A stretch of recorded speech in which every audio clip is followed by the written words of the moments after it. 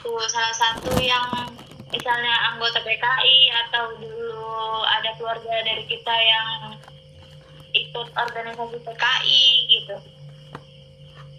Ya itu tadi, kalau organisasi itu dulu itu banyak.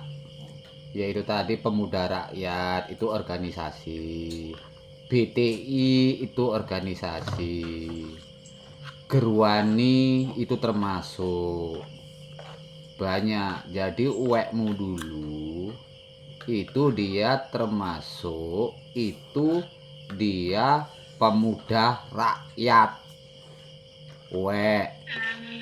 Kalau wak giem itu dia gerwani. Jadi dulu itu kebanyakan di Marbo itu sebenarnya bukan orang PKI, tapi zaman dulu karena sama pemerintah daerah disuruhlah semua itu tanda tangan. Karena apa?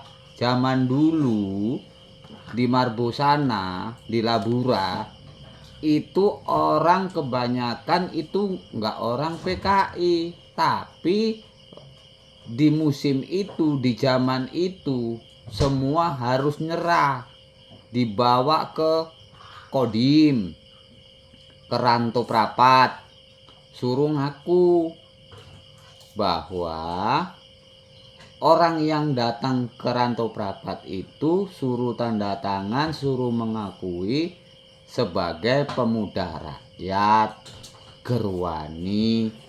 Ya memang ada keluarga kita kalau yang gerwani itu ada, yang pemuda rakyat itu ya ada. Sebenarnya kalau zaman dulu itu sebenarnya tujuannya bagus, tapi lantaran ditunggangi sama orang-orang pihak-pihak yang apa ini tadi yang kurang bagus, jadinya semua jadi pecah. Jadilah dulu diturunkan dari mana itu dulu, dari Medan, yang namanya Kang Gunadi. Itulah untuk menyelamatkan keluarga-keluarga Uwek.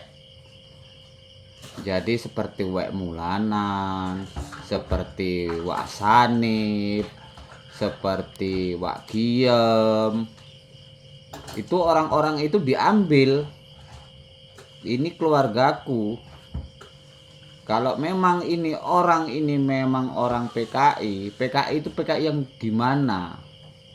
Dulu kan bahasanya kebanyakan kan orang nggak tahu, pada ikut-ikutan. Karena suruh ke sana semua, suruh kemari semua.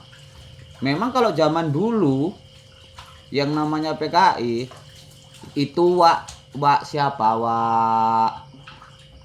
bapak Kang Jarno siapa? Wak Sanio. Nah, kalau Wak Sanio itu itulah dulu dia memang orangnya memang orang pemuda rakyat.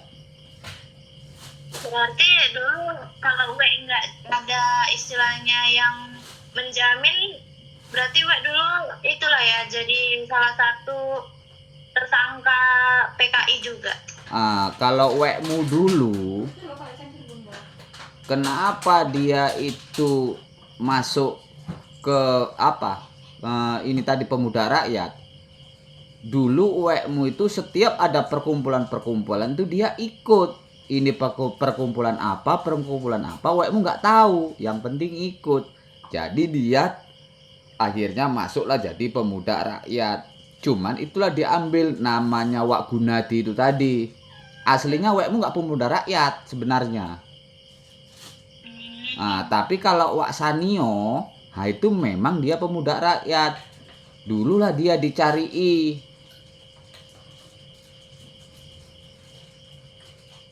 Jadi berarti sebenarnya Wak Sanio ini yang memang benar-benar ikut PKI. Iya, dulu.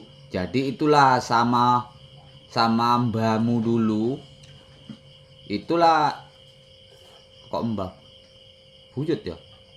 Itulah dibawa, diungsikan ke daerah apa ini? Jauh itu. Daerah Medan ke sana. udah aman, barulah balik lagi ke Marbo. Hmm.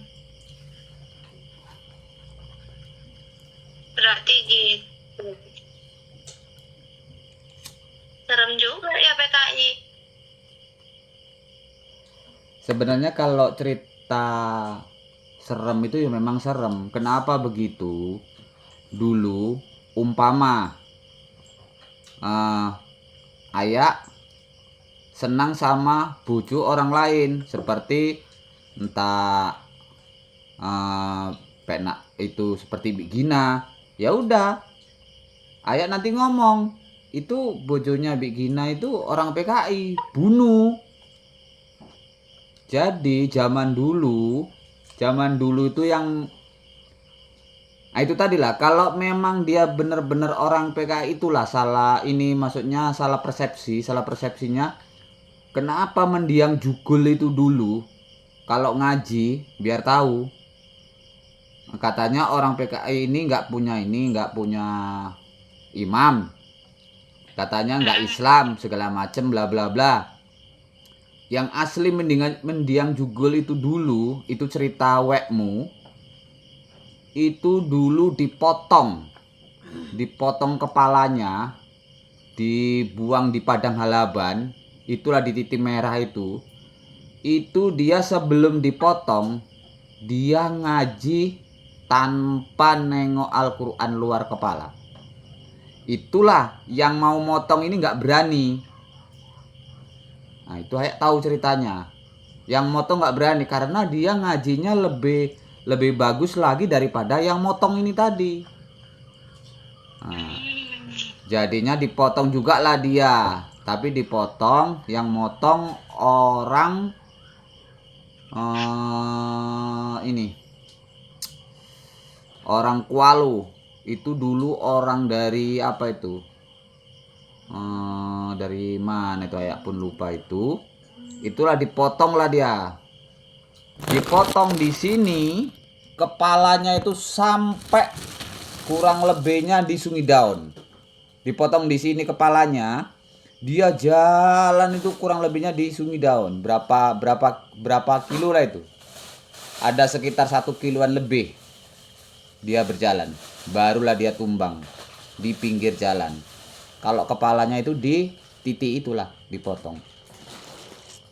Banyak sebenarnya kalau kisah-kisah itu tadi. Oh, oke. Baik, terima kasih. Sama-sama.